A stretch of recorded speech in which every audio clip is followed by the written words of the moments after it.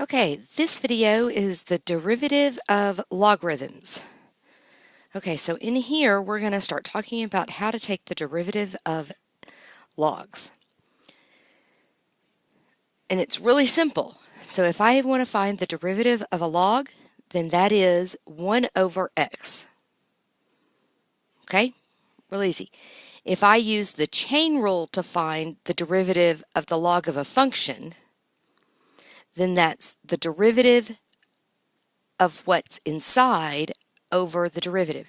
So normally you would say that's 1 over x, 1 over f of x, times the derivative. Well, when I do fraction multiplication, that puts the derivative on top. Okay? So now we're going to go straight to our examples. So how do I find, so your directions are to find the derivative.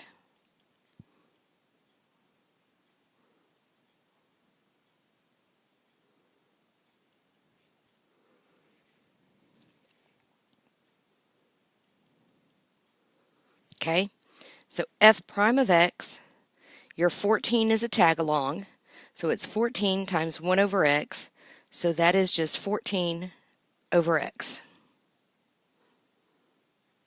The next one is to find dy dx is, this is a chain rule, so that's going to be 1 over x to the 8th times 8 x to the 7th.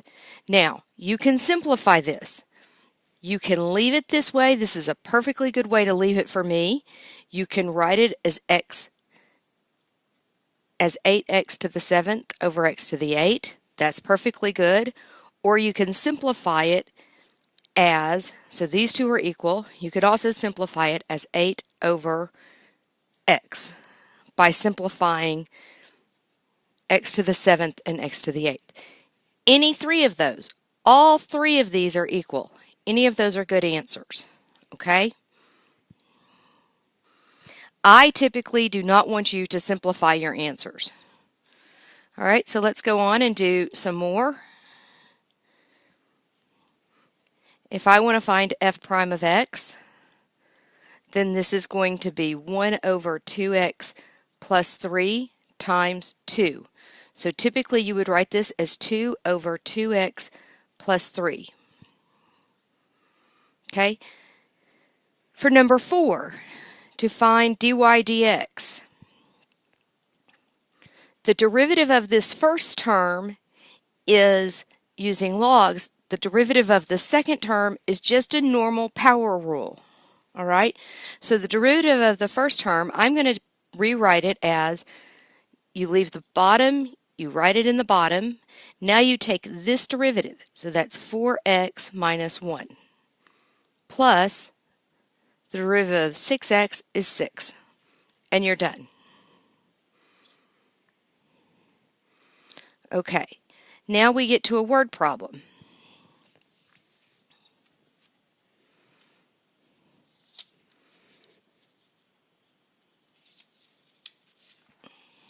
Sorry, I'm moving my sheet.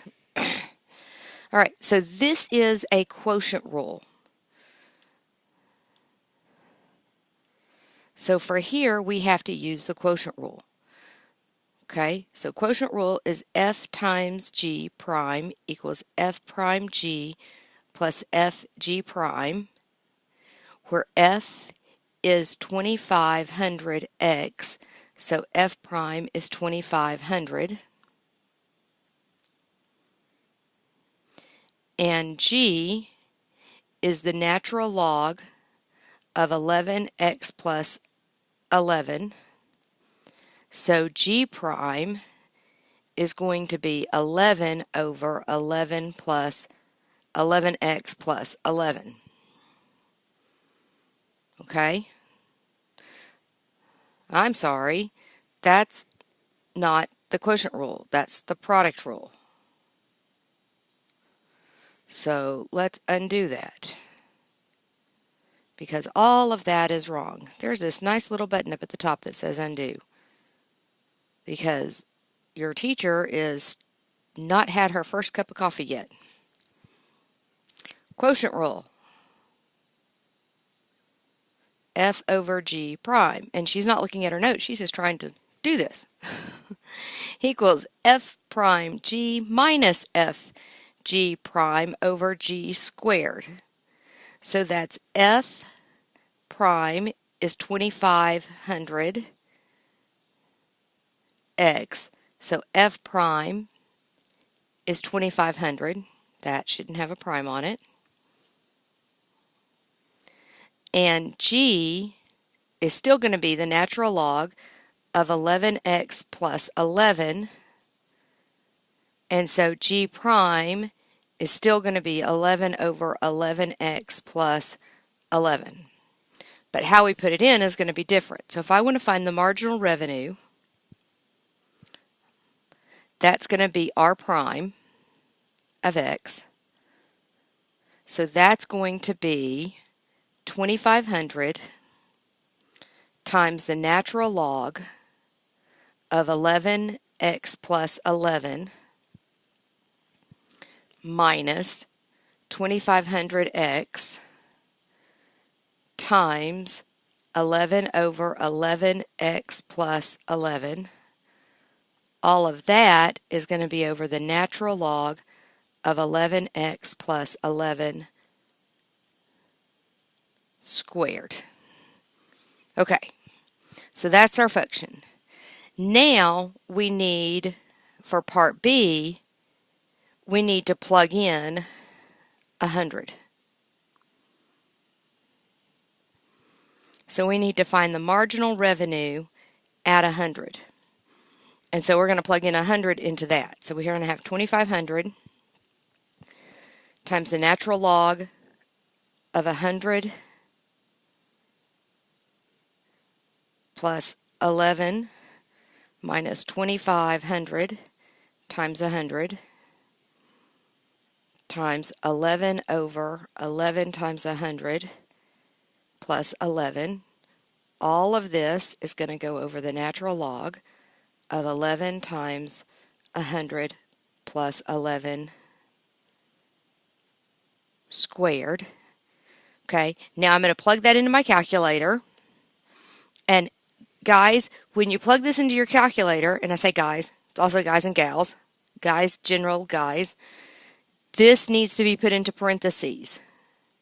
Okay, so you're going to enter parentheses this times this, close this parentheses, minus this times this, parentheses here. Okay, you're going to want to put another parentheses around this denominator, close this parentheses, this, and that. So I've got parentheses everywhere you need to put them, and you can put this in your TI-80. All right, when you do that, you should get this answer, 306.1520964. And then it says that it'll tell you how to round it, and this is the revenue for selling the 101st item. And that was one of the questions that people didn't understand on their test, was that this tells you that this is the revenue for selling the 101st item, for selling the next item. Okay, not for selling 100 items, but for selling the 101st item, just for selling that one item, not for all of them up to that item, but just for selling that one item. All right, so that is all of how to take logarithms. So please, for finding derivatives of logarithms, so please email me if you have any questions. All right.